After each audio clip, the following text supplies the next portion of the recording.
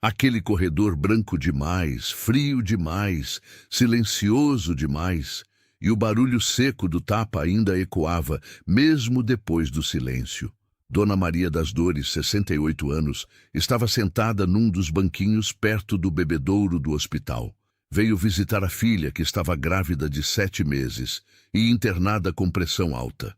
Mas o que viu ali foi o que nenhuma mãe deveria ver, e muito menos uma sogra. A cena foi rápida, mas doeu como se tivesse levado o tapa também. O genro, com aquela camisa social cara e um cheiro forte de perfume importado, não hesitou. A voz dele cortou o corredor antes da agressão. Você quer mesmo fazer esse escândalo, Luísa? Aqui, na frente dos outros? A filha, Luísa, tentava manter a compostura. Mesmo com o olho inchado de tanto chorar, mesmo com a barriga pesada, ela ainda falava baixo, com cuidado. Eu só perguntei onde você estava ontem à noite. Foi aí que veio o tapa, estalado, frio, sem culpa. E mesmo com uma técnica do hospital vindo em direção à confusão, ele ainda teve coragem de dizer: "Tá vendo, Dona Maria? É isso que sua filha faz, me envergonha." Dona Maria se levantou devagar. Olhou para o genro como quem olha para o chão que pisam, mas não disse nada. Ela apenas andou em direção à filha, segurou o braço dela, passou a mão no rosto com cuidado e disse baixinho, para que ninguém ouvisse: "Se quiser falar, fale baixo. Aqui é hospital e a vergonha já é minha." Não era a primeira vez que via aquele tipo de coisa. Há meses, Dona Maria escutava gritos pela casa, portas batendo.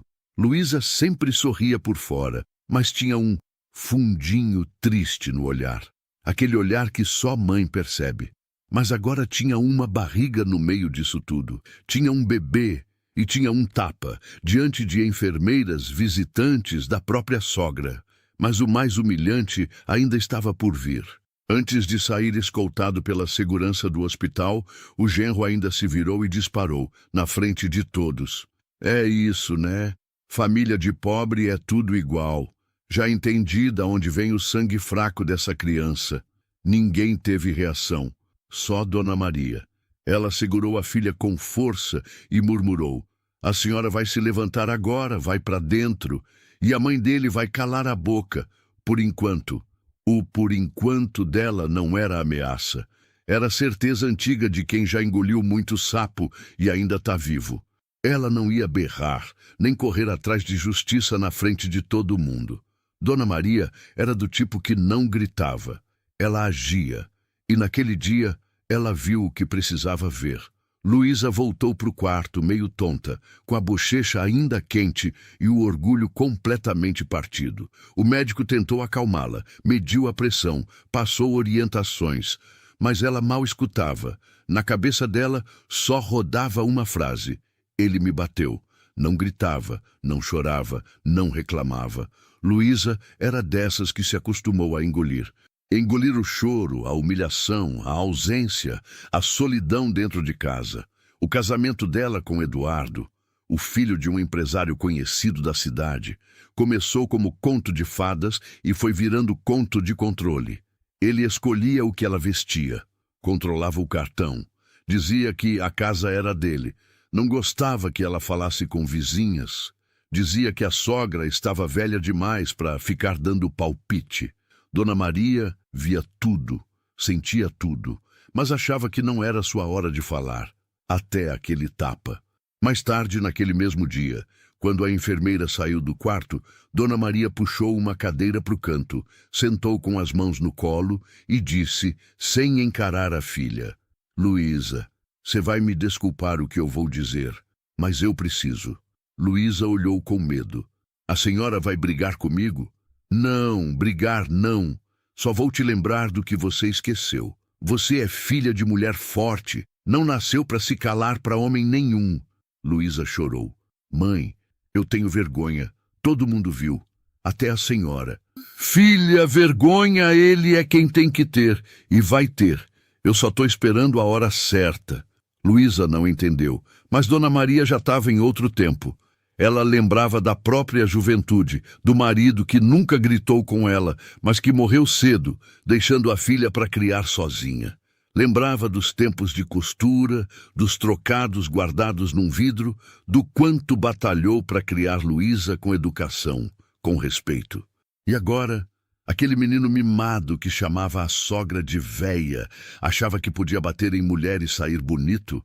Dona Maria não tinha advogado, não tinha estudo, mas tinha olho, tinha memória, tinha tempo e, mais do que tudo, tinha vontade de não deixar isso passar impune. Ele tem dinheiro, mãe, tem empresa, tem gente que passa pano para ele até quando ele mente. Eu tô com medo. Ele tem dinheiro, mas não tem Deus, nem vergonha, nem mãe. Dona Maria se levantou devagar, alisou a saia com a palma das mãos e olhou para a filha com calma. Você vai descansar. Eu vou dar um pulinho ali na recepção. Fazer o quê, mãe? Só vou perguntar uma coisinha para uma moça que vi do lado da assistente social, aquela moça da defensoria. Luísa a observou sair. Tinha algo no passo da mãe. Não era raiva, era firmeza.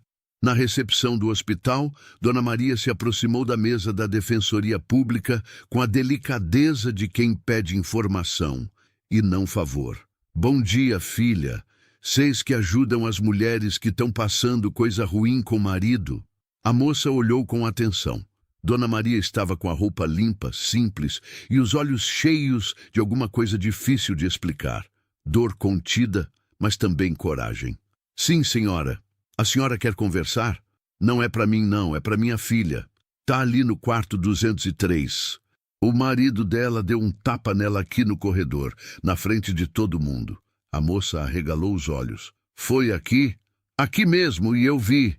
E sua filha quer denunciar? Não sei se ela tá pronta, mas eu tô. E eu vi. Enquanto isso, do outro lado da cidade, Eduardo seguia vivendo sua rotina de homem intocável. Naquele mesmo dia, à tarde, ele apareceu no hospital com flores, vestido com uma camisa impecável, relógio caro no pulso e uma expressão de vamos resolver isso como adultos. Mas ao entrar no quarto, encontrou a sogra sentada no canto, costurando um botão no próprio vestido. Dona Maria, ele disse forçando um sorriso. A senhora por aqui ainda? Pensei que já tivesse voltado para o interior. Ela levantou os olhos devagar com um meio sorriso que não entregava nada. Pois é, ainda tô aqui. Achei bom ficar mais um tempinho. A menina tá sensível. Eduardo se aproximou da cama da esposa e falou baixo, com a voz macia de quem ensaiou cada sílaba. Amor, sobre ontem, eu estava nervoso. Foi o estresse. O médico falou que sua pressão já estava alta. Aquela hora não era momento para cobrança, né? Luísa não respondeu. Segurava o travesseiro como se fosse um escudo. Eduardo olhou para a sogra e cochichou. A senhora precisa conversar com ela. Ela confia muito na senhora. Dona Maria continuou costurando. Confia mesmo. É por isso que eu não falo nada. Eu só observo. Ele riu.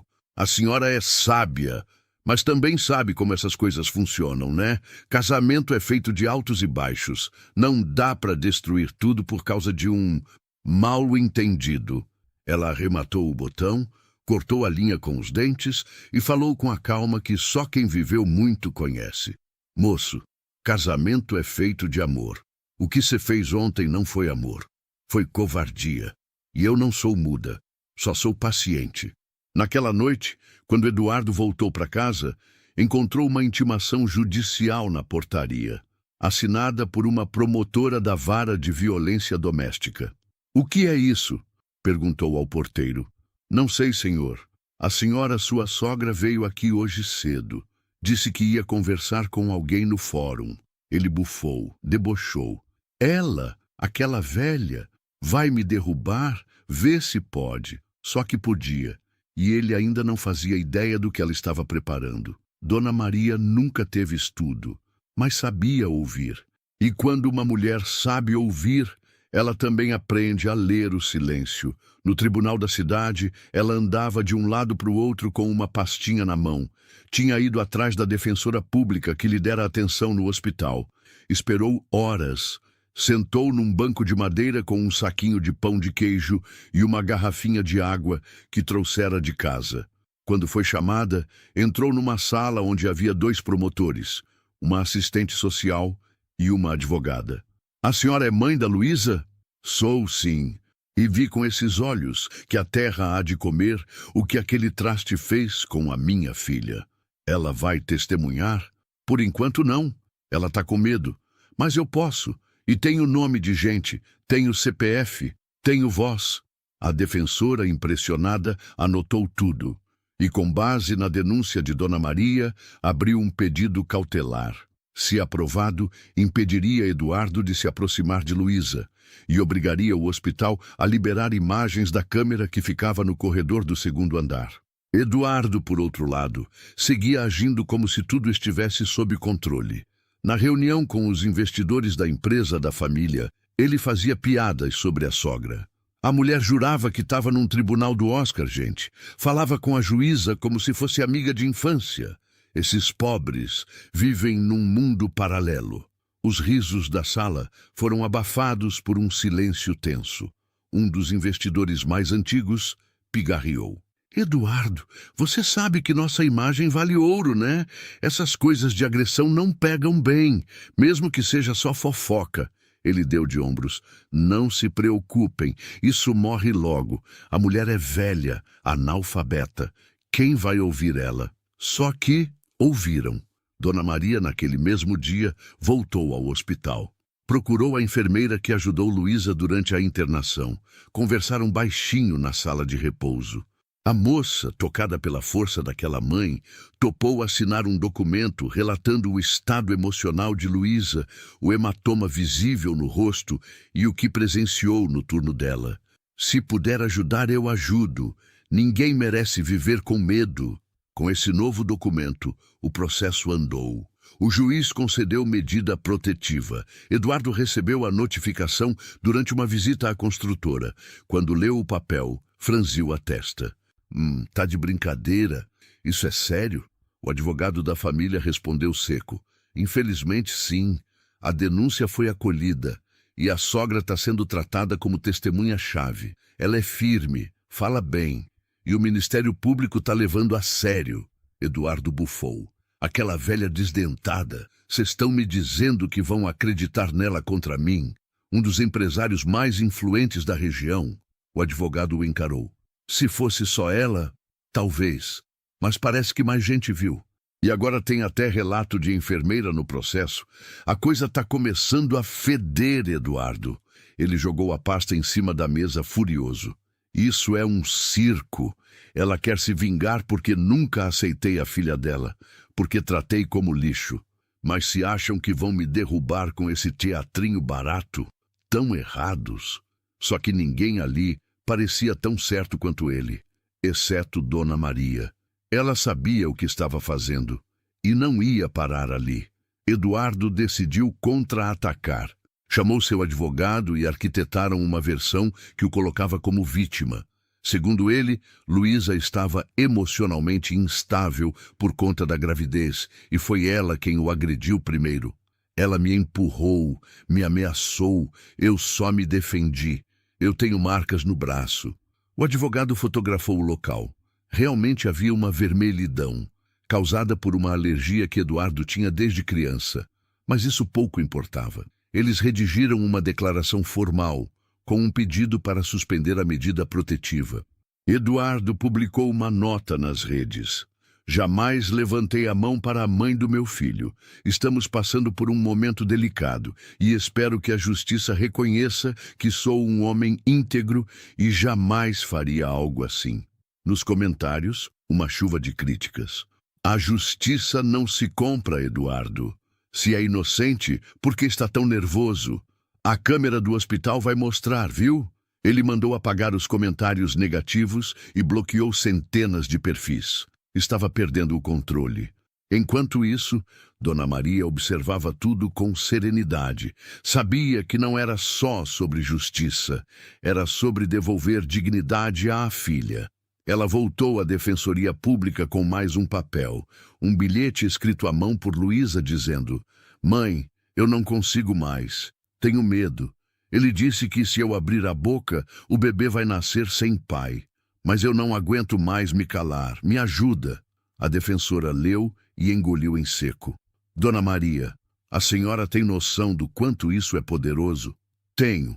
Mas o que mais me dói é saber que minha filha precisou me escrever isso escondida. Ela não gritou, não correu, só me deixou esse papel como quem pede perdão por viver. A advogada respirou fundo. Vamos até o fim, Dona Maria. Eu prometo. No hospital, a juíza autorizou a quebra de sigilo das imagens. O vídeo da câmera do segundo andar foi entregue com autorização judicial. O que se viu? Luísa no corredor chorando, Eduardo gritando com o dedo em riste e depois o tapa. A imagem não deixava dúvidas. Dona Maria soube da confirmação no fim da tarde. Estava sentada no sofá, com a Bíblia aberta no colo, quando recebeu a ligação da defensoria. O vídeo confirma. Não tem mais como ele negar. Ela fechou os olhos e chorou em silêncio. Agora, me diga você que está ouvindo essa história até aqui. O que você faria no lugar dessa mãe? Você já viu alguma injustiça assim dentro da sua própria família? De onde você está assistindo essa história agora? Aproveita esse momento e comenta aqui embaixo. Se inscreve no canal, curte e compartilha esse vídeo.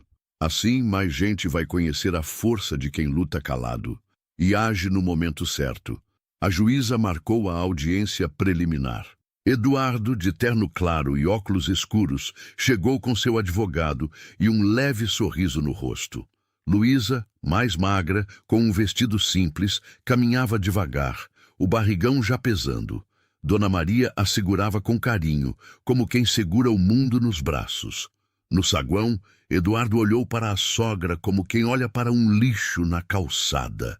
Não acredito que a senhora teve coragem de trazer isso aqui para frente. Isso é de família. Dona Maria não respondeu. Apenas fitou os olhos dele, com a firmeza de quem já enterrou marido, pai e irmãos. E ainda assim, nunca perdeu a fé.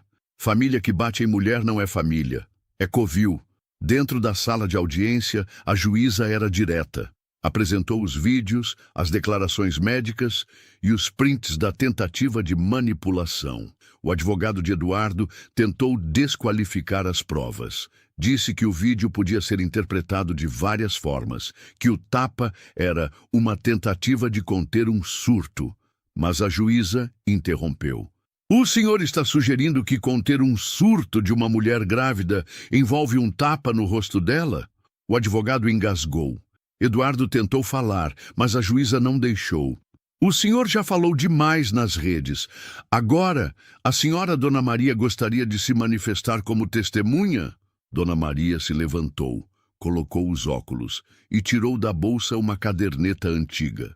Folheou com cuidado, parando em uma página onde havia rabiscado datas, frases e até falas da filha ao telefone. Eu não tenho estudo, doutora, mas tenho ouvidos. E eles ouvem muito bem. Cada vez que minha filha me ligava chorando, eu anotava, porque eu sabia que um dia o senhor Eduardo ia dizer que era tudo invenção. Todos se calaram. A juíza olhava com atenção. Continue, Dona Maria. Ela leu. Dia 15 de março. Mãe, ele gritou porque eu não deixei ele viajar. Dia 22 de março. Ele me empurrou da escada e disse que foi sem querer. Dia 5 de abril. Disse que se eu contar para alguém, vai me internar. E assim por várias páginas. O silêncio naquela sala era quase sagrado. Ao sair do tribunal, um repórter se aproximou de Eduardo com o celular gravando. Vai comentar sobre a acusação, senhor Eduardo. Ele empurrou o repórter e ainda soltou. Vocês gostam mesmo é de ver homem rico na lama, né? Eu que sustento essa gente toda e ainda sou tratado como criminoso. O vídeo viralizou na mesma hora. Mas o melhor ainda estava por vir. A sala do tribunal estava lotada. Alguns curiosos, jornalistas locais, assistentes sociais, estudantes de direito. Mas quem mais chamava a atenção era a mulher idosa sentada na terceira fileira, mãos sobre o colo, olhar tranquilo e expressão serena. Dona Maria. Eduardo chegou atrasado. Disse que o trânsito estava intransitável, embora morasse a 3 quarteirões. Perdão, meritíssima. Achei que a senhora esperaria por mim. A juíza sequer respondeu. Seu olhar atravessou o terno caro dele como uma faca quente na manteiga. A promotora começou forte.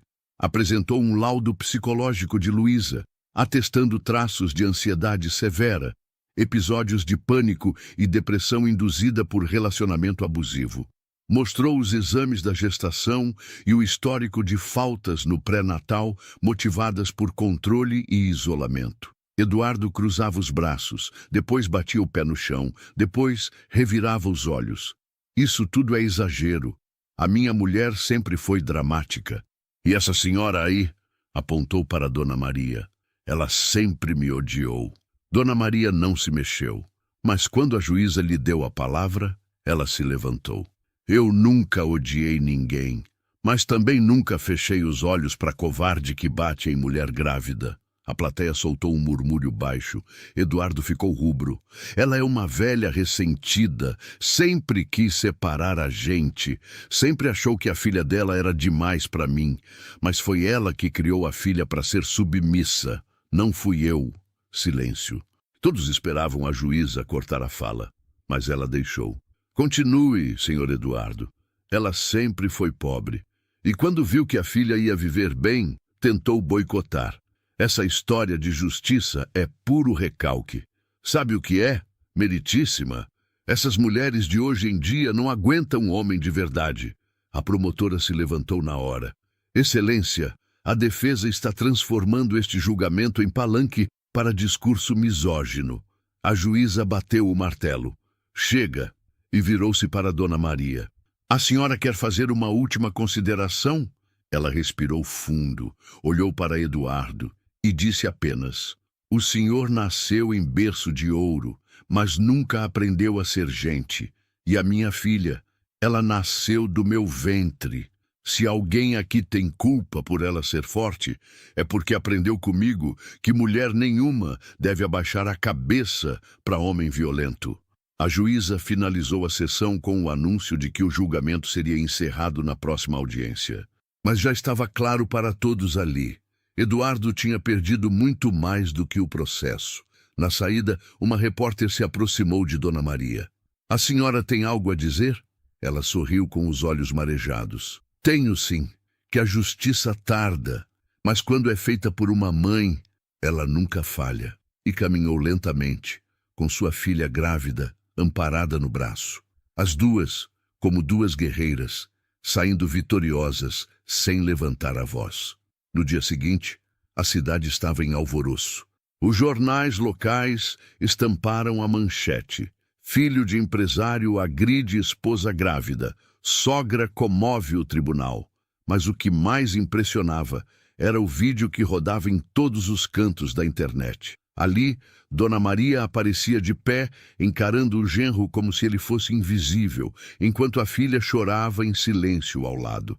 Os comentários eram unânimes. Essa senhora é gigante. Minha mãe faria o mesmo. É por mulheres assim que o mundo ainda tem conserto.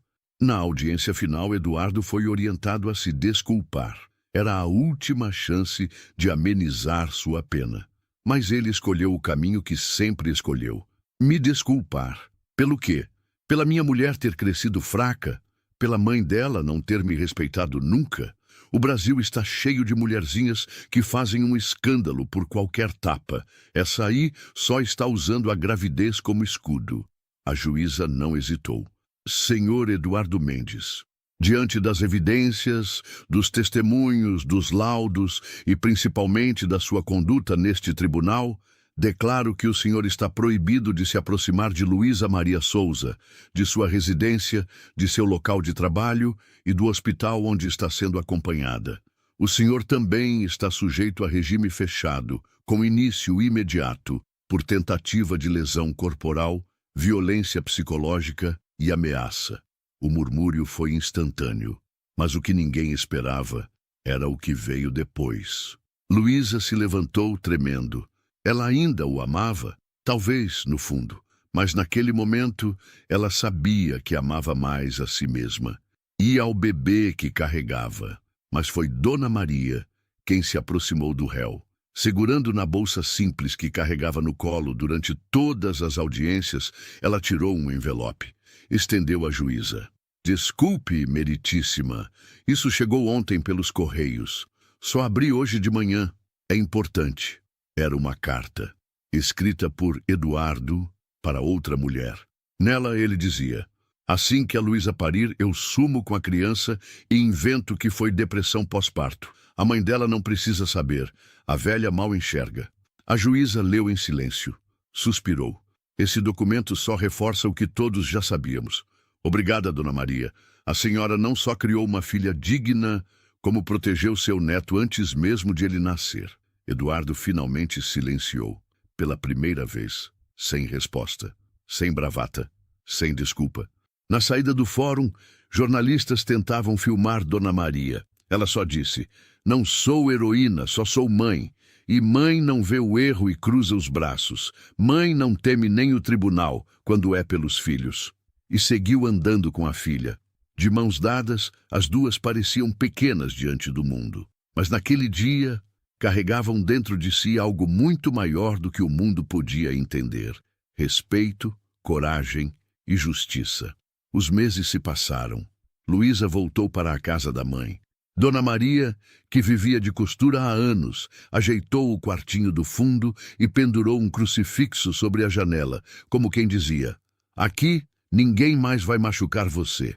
Durante semanas, a filha mal falava, sentava no sofá, olhava o chão, chorava sem lágrimas, mas a barriga crescia, e com ela a esperança. Na madrugada do dia 28 de setembro, Luísa entrou em trabalho de parto.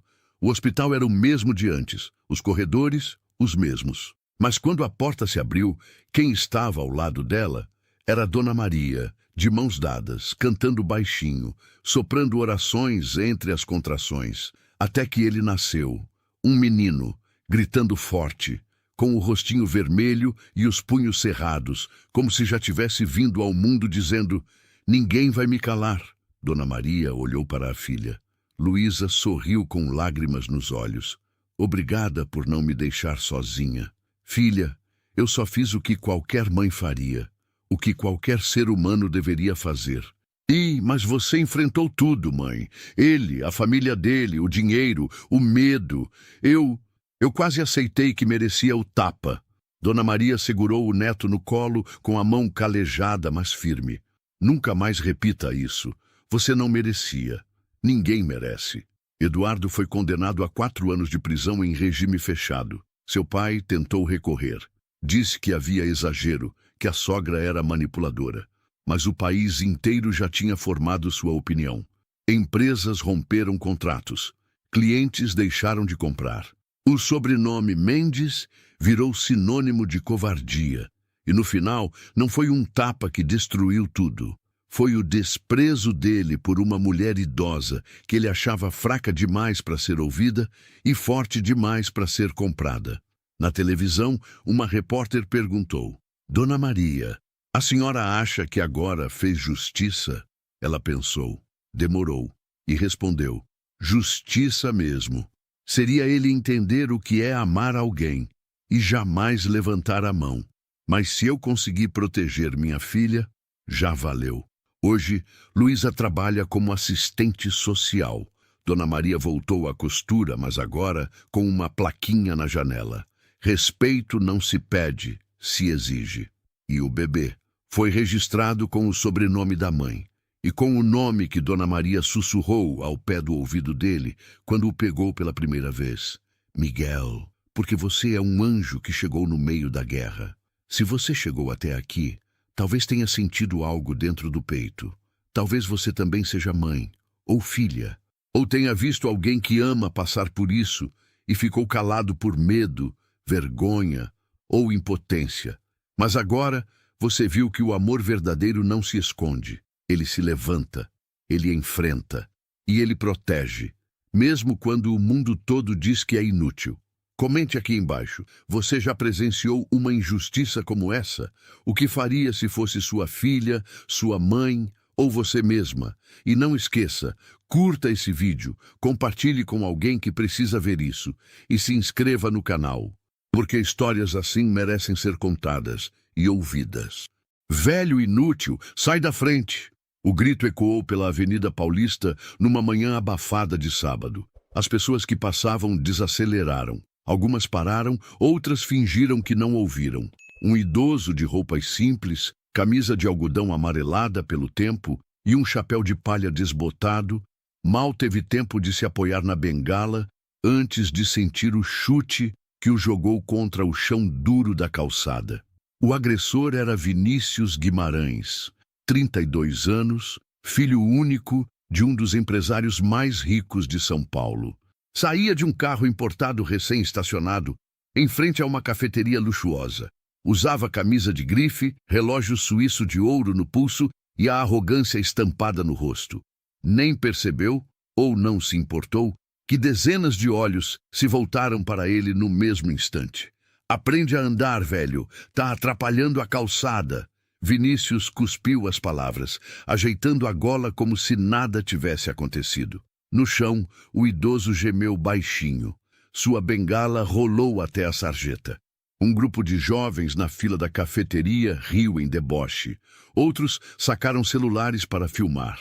Uma senhora exclamou indignada: "Que falta de respeito!" Mas ninguém ousou enfrentar diretamente o rapaz que carregava no sobrenome mais poder do que muitos políticos.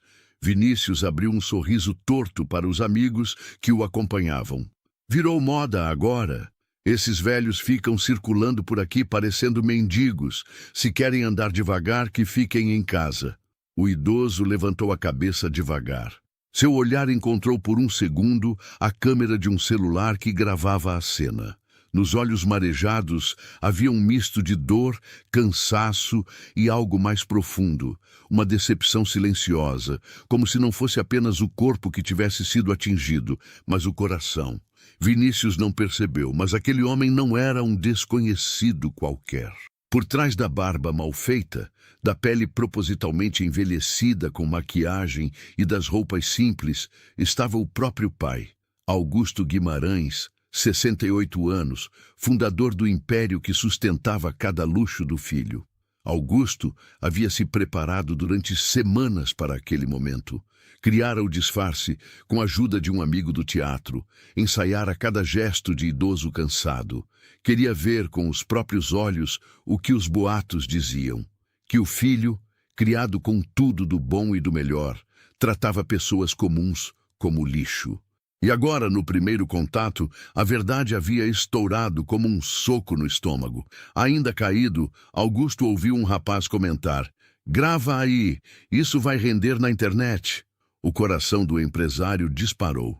Não era apenas a crueldade de Vinícius que doía, era a indiferença coletiva, o riso fácil, o espetáculo da humilhação.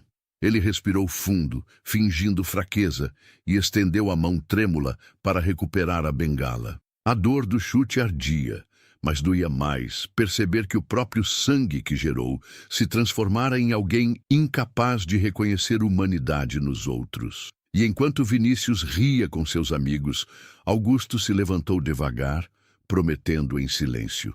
Aquele seria apenas o primeiro ato de um teste que mudaria tudo. Augusto afastou-se alguns passos, fingindo mancar, e encostou-se numa vitrine. Pelo reflexo do vidro, viu o filho ajeitar o cabelo, rir da própria bravata e acenar para o manobrista. Vinícius sempre fora assim, barulhento quando tinha plateia, surdo quando precisava escutar. Nunca escutava. Na noite anterior, Augusto passara horas à mesa da cozinha, com a peruca grisalha no suporte, o kit de maquiagem aberto e as mãos tremendo não de idade, mas de medo. Medo de reconhecer no próprio filho aquilo que jurou combater quando ainda empurrava um carrinho de lanche no braço. Ele se lembrava das madrugadas no Mercadão e da pressa por abrir a lanchonete. O tripé que o guiou sempre coube numa frase: trabalhar, respeitar, olhar no olho. Com os anos, o tripé virou estrutura, o carrinho virou rede, a rede virou império, frigorífico, centros de distribuição e restaurante em bairro nobre. Augusto cresceu, Contratou, pagou bem. Vinícius cresceu de outro jeito. Escola particular, intercâmbio, carro aos 18, cartão sem limite, amigos que estalam os dedos para chamar garçom.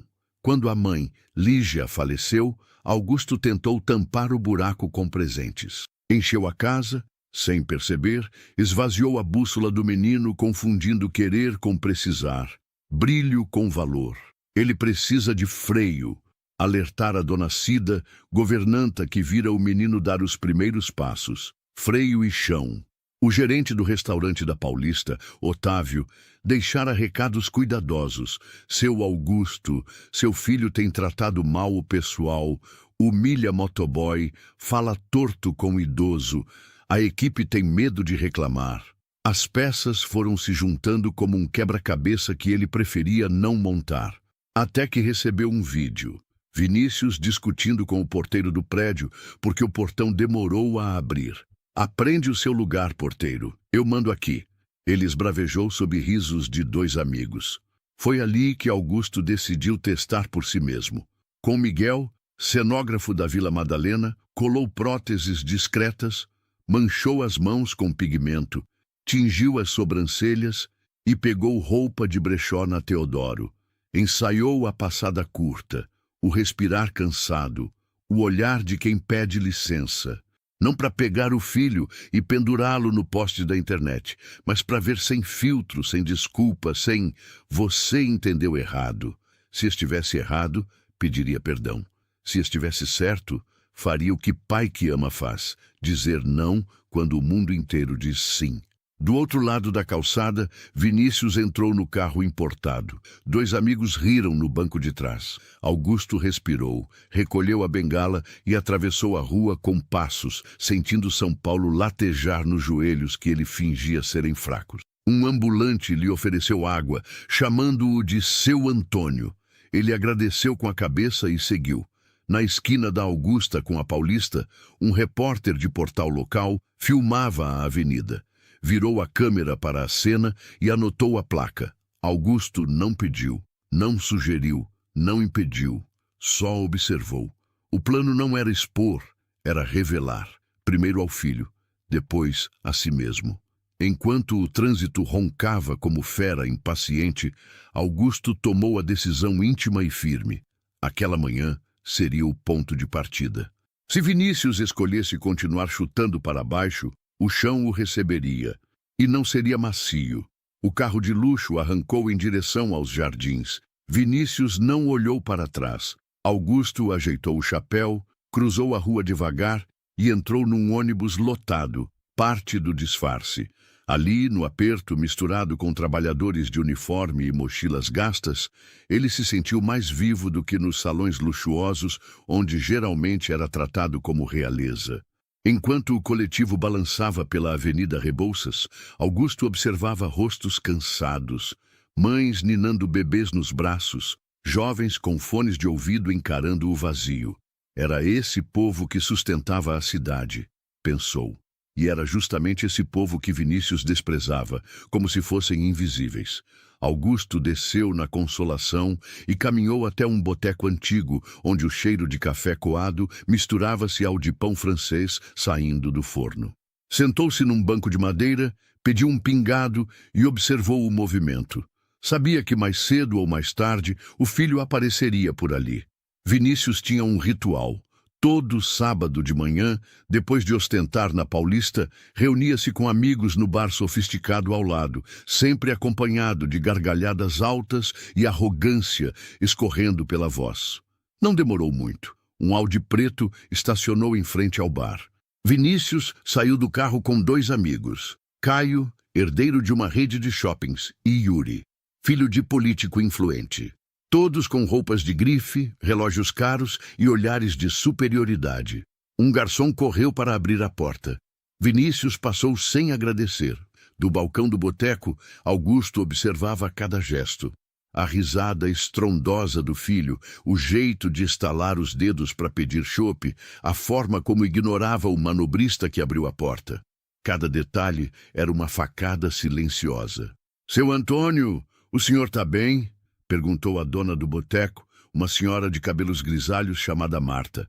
Estou sim, minha filha. Só descansando um pouco, respondeu Augusto, mantendo o disfarce. Marta olhou na direção do bar chique e balançou a cabeça. Esses meninos de hoje acham que dinheiro compra respeito, mal sabem que respeito não se vende. Augusto respirou fundo. Aquilo soava como confirmação daquilo que ele já temia. No bar ao lado, Vinícius falava alto sobre uma festa em Jurerê, ostentando viagens e carros. De repente, um garçom deixou cair uma taça no chão. O som do vidro estilhaçando cortou o ambiente. Vinícius se levantou como se fosse dono do lugar.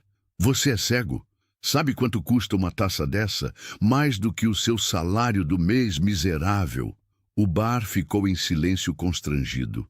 O garçom abaixou a cabeça, recolhendo os cacos com as mãos. O sangue escorreu de um corte no dedo. Vinícius apenas riu e voltou para a mesa. Augusto apertou a bengala com força. O filho não apenas falhava em compaixão, mas parecia sentir prazer na humilhação alheia. O velho empresário compreendeu que a queda de Vinícius não poderia mais ser apenas um risco, era uma necessidade. Ele pagou o café e saiu devagar, decidido. O teste apenas começara. Augusto seguiu a pé pelas ruas dos jardins, mantendo a postura curvada e o passo arrastado. O disfarce estava funcionando. Ninguém o reconhecia. Cada olhar atravessava seu corpo como se fosse apenas mais um idoso anônimo, invisível no meio da pressa paulistana. E talvez essa fosse a parte mais dolorida, perceber que, para o próprio filho, ele não passava disso, um obstáculo a ser chutado. No bar sofisticado, Vinícius e os amigos bebericavam uísque importado. As risadas atravessavam o vidro até a calçada, chamando a atenção dos pedestres. Augusto se aproximou da porta e entrou, como se fosse apenas procurar abrigo. Imediatamente, o olhar do maître se estreitou. Senhor, este ambiente é reservado. Eu só queria um copo d'água, murmurou Augusto, com a voz trêmula ensaiada. O maître hesitou, mas Vinícius levantou-se teatralmente, aproveitando a oportunidade de novo espetáculo. Olha aí, pessoal, o mesmo velho da Paulista veio atrás da gente. Os amigos gargalharam e alguns clientes começaram a gravar discretamente. Augusto manteve a respiração firme, mesmo quando sentiu o coração disparar. Pai do céu, será que é perseguição? Caio provocou. Ou será que quer esmola? Completou Yuri, erguendo a sobrancelha com deboche. Vinícius tirou do bolso uma nota de R$ 50 e jogou no chão. Tá aí, vovô. Compra um pão e desaparece. Aqui não é lugar para você. A nota flutuou até o piso de mármore. O silêncio cortante foi interrompido por risos contidos. Alguns clientes desviaram o olhar, constrangidos. Outros filmavam sem intervir. Augusto se abaixou lentamente. Pegou a nota com mãos que tremiam de verdade. Não pelo disfarce, mas pela dor que latejava no peito. Obrigado, meu filho. Ele murmurou baixinho, sabendo que a ironia daquela frase só fazia sentido para ele mesmo. Vinícius voltou à mesa satisfeito, erguendo o copo em brinde. Brincadeira de sábado de manhã, meus caros. É assim que se coloca cada um no seu lugar. Augusto saiu do bar devagar, sentindo o peso de cada passo. Do lado de fora, o sol batia forte, mas dentro dele a escuridão crescia. Confirmara o que precisava. O filho não apenas havia perdido a bússola moral, ele a quebrara em 1000 pedaços. Um casal que passava comentou em voz baixa. Esse rapaz é um monstro. Chutar idoso na rua, humilhar dentro de bar. E o pai dele é aquele empresário famoso, né? Se soubesse, teria vergonha. Augusto ouviu e engoliu em seco. Vergonha era pouco. O que sentia era uma mistura de luto e raiva. Ele parou na calçada, olhou para cima e fez um juramento silencioso. O filho ainda não sabia, mas estava prestes a descobrir o que significava perder tudo aquilo que sempre tomou como garantido. O fim de tarde trouxe uma garoa fina sobre São Paulo. Augusto, ainda sob o disfarce, caminhava pela rua Oscar Freire, onde vitrines brilhavam com roupas que custavam mais do que o salário de um trabalhador inteiro. Vinícius e os amigos saíam do bar aos risos, sem se importar com a chuva que encharcava o resto da cidade. Hoje foi memorável, hein? Caio ria alto. Esse velho virou atração do sábado. Vai bombar nos stories, completou Yuri, balançando o celular. Vinícius abriu o aplicativo e, com a naturalidade de quem não enxerga consequências, postou o vídeo do chute. Legenda: lugar de velho é em casa, não na Rua dos Ricos. Em minutos, curtidas e comentários começaram a pipocar. Alguns aplaudiam, outros criticavam, mas todos falavam dele. Para Vinícius, isso era o que importava: ser assunto, mesmo que pela crueldade. Do outro lado da rua, Augusto sentiu o estômago embrulhar. Vira muita coisa em décadas de trabalho duro, mas nada se comparava à dor de presenciar o próprio filho usando a maldade como palco. Naquela noite em casa, tirou o disfarce em frente ao espelho. A maquiagem borrada misturava-se às lágrimas. Pela primeira vez, admitiu em voz alta: meu filho virou meu maior fracasso. O empresário, porém, não era homem de desistir.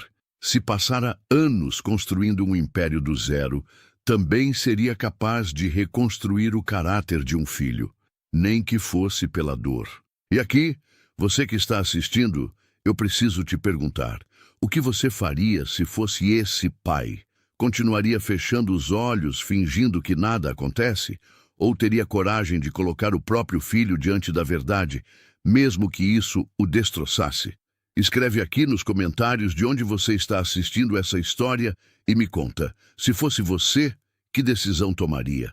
E olha, já aproveita esse momento para apoiar nosso canal. Curta esse vídeo, se inscreva e compartilhe com alguém que você acha que precisa refletir sobre respeito e caráter. Histórias como essa não são apenas entretenimento, são espelhos da vida real. Vinícius, por sua vez, achava que estava no auge.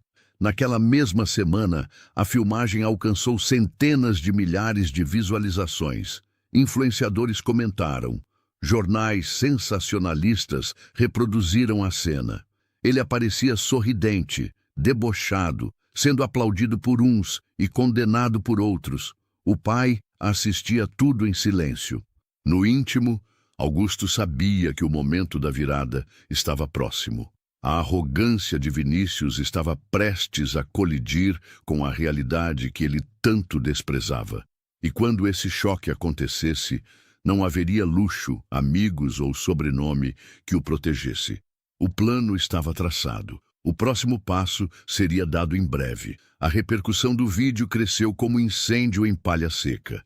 Em menos de uma semana, já circulava em programas de TV e páginas de fofoca na internet. A manchete estampava: filho de empresário humilha idoso em plena Paulista. Vinícius achava graça no início, mas logo percebeu que as coisas não caminhavam como esperava. As primeiras consequências chegaram discretas. Uma marca de roupas retirou o convite para um evento exclusivo. Depois, uma revista cancelou a entrevista que faria com ele. Até o clube onde costumava jogar tênis em finais de semana passou a tratá-lo com frieza. É tudo inveja, cara, disse Caio, tentando aliviar. Relaxa, daqui a pouco ninguém lembra. Mas a memória da internet era cruel. Quanto mais Vinícius tentava justificar, dizendo que o velho o havia atrapalhado de propósito, que não passava de um mendigo folgado, mais ódio atraía. A cada postagem, os comentários explodiam em críticas. Certo dia, ao entrar no mesmo bar da semana anterior, notou que a mesa habitual estava ocupada. O maître, constrangido, explicou que não havia reservas em seu nome. Como não? Eu sou Vinícius Guimarães. Lamento, senhor. A gerência pediu para evitar confusões. Os amigos ainda riram da cena, mas já não com a mesma energia. Estavam começando a sentir o peso da associação com ele. Naquela noite, Caio recebeu uma ligação do pai. Não quero mais você andando com esse Vinícius. Está queimando a imagem da nossa família. Yuri também recuou. O pai político não podia correr o risco de ter o sobrenome ligado a polêmicas. Pouco a pouco, Vinícius se viu sozinho. O mesmo círculo que aplaudia suas piadas agora se afastava, como quem foge de doença contagiosa. Em casa, Augusto observava de longe. Cada notícia que saía confirmava que a máscara do filho estava caindo. Mas ainda faltava o passo definitivo: fazê-lo enxergar a verdade no rosto do próprio pai. O dia desse encontro chegou mais rápido do que Vinícius imaginava. Uma manhã, ao sair do prédio, foi surpreendido por repórteres. Vinícius, você já pediu desculpas ao idoso que chutou na Paulista? Você sabia que esse homem é mais conhecido do que imagina? Atordoado, ele se trancou no carro. O coração disparava, mas não era arrependimento, era medo. Do outro lado da cidade, Augusto já preparava o terreno. Havia marcado com um advogado para organizar documentos. Não seria apenas uma lição, seria uma mudança radical. E dessa vez, Vinícius aprenderia da forma mais dura o que significa perder tudo. Na manhã de segunda-feira, Vinícius foi chamado ao escritório do pai. O coração acelerou no instante em que recebeu a mensagem da secretária. Seu Augusto quer falar com você. É urgente. Ele não tinha ideia de que aquele seria o encontro mais duro da sua vida. Quando entrou na sala ampla, acostumada a receber empresários e políticos, encontrou o pai de pé, de costas para ele, olhando pela janela panorâmica.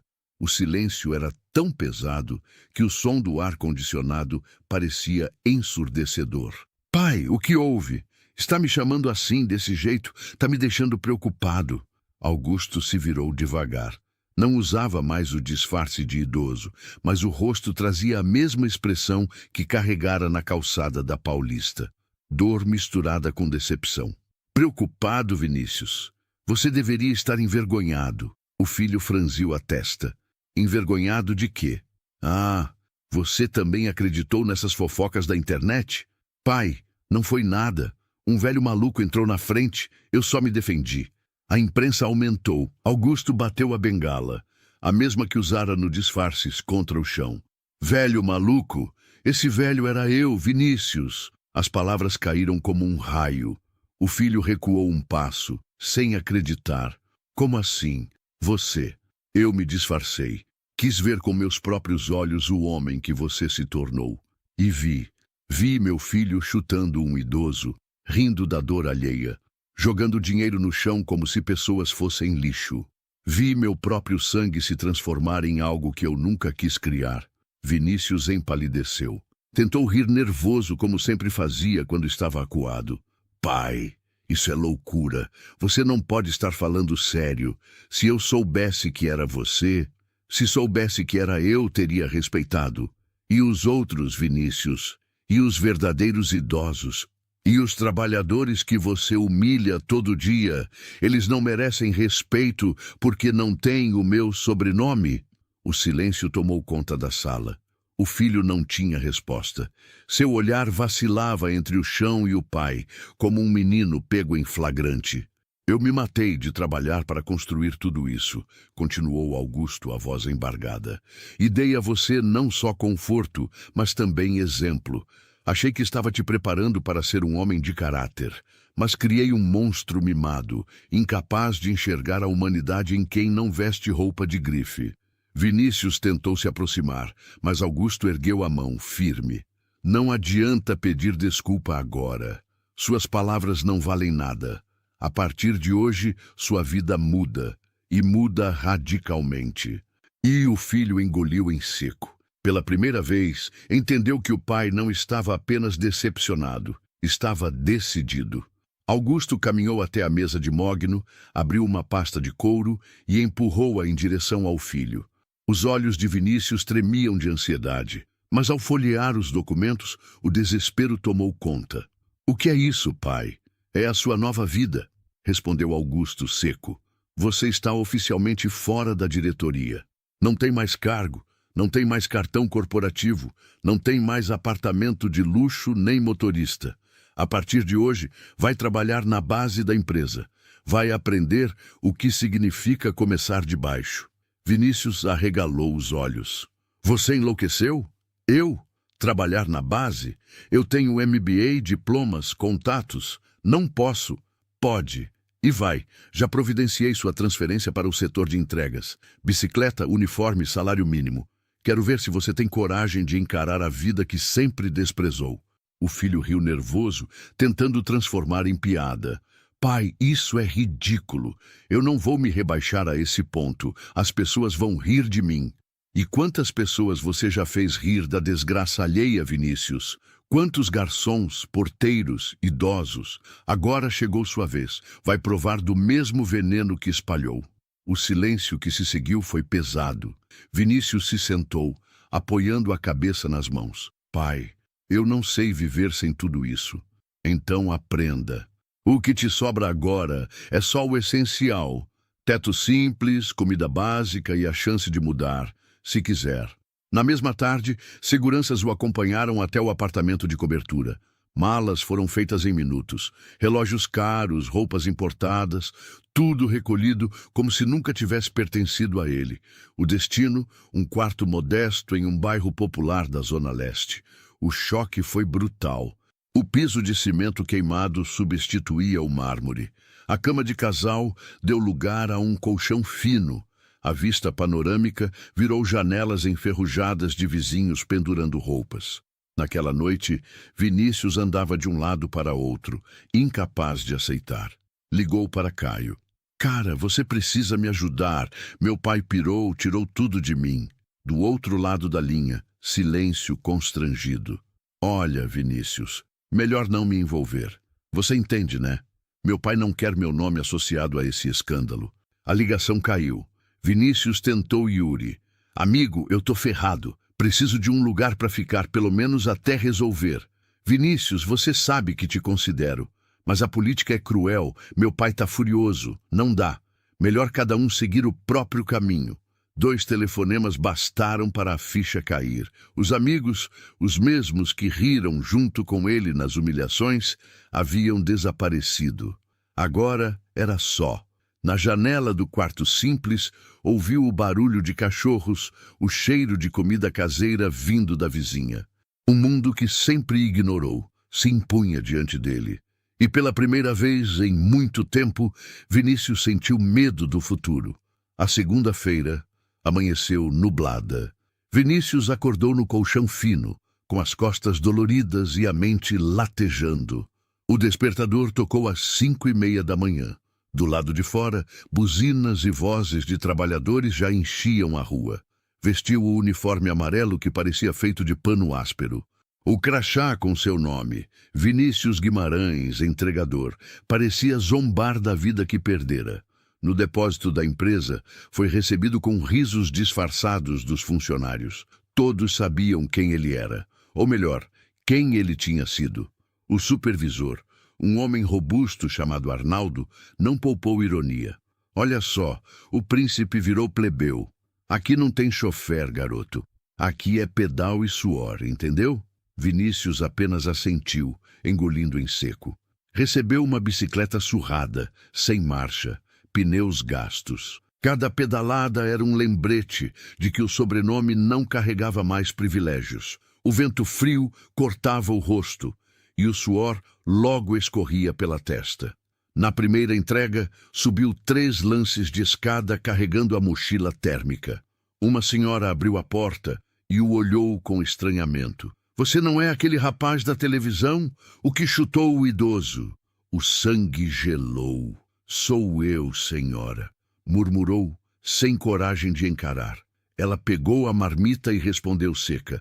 Pois então aprenda. A vida sempre A porta devolve. bateu. Vinícius desceu os degraus, sentindo o peso do julgamento, mais pesado que a mochila. Durante semanas, repetiu a rotina. Chuva, sol, trânsito. O corpo se transformava. Mãos calejadas, pernas doloridas, orgulho esmigalhado. Nenhum amigo ligou. Bianca, a namorada, desapareceu sem sequer dizer adeus. O que restava era o silêncio das ruas e a indiferença dos clientes. Certa noite, sentado no quarto simples, ouviu risadas vindas da casa da vizinha. Uma família inteira reunida em torno de uma mesa modesta, partilhando arroz, feijão e frango. Pela janela, ele enxergou algo que nunca vira no luxo da cobertura. Alegria verdadeira. Ali, sozinho, caiu em prantos. Não pelo colchão duro, nem pela comida escassa. Chorava por perceber que passara a vida inteira cercado de tudo, mas vazio de essência.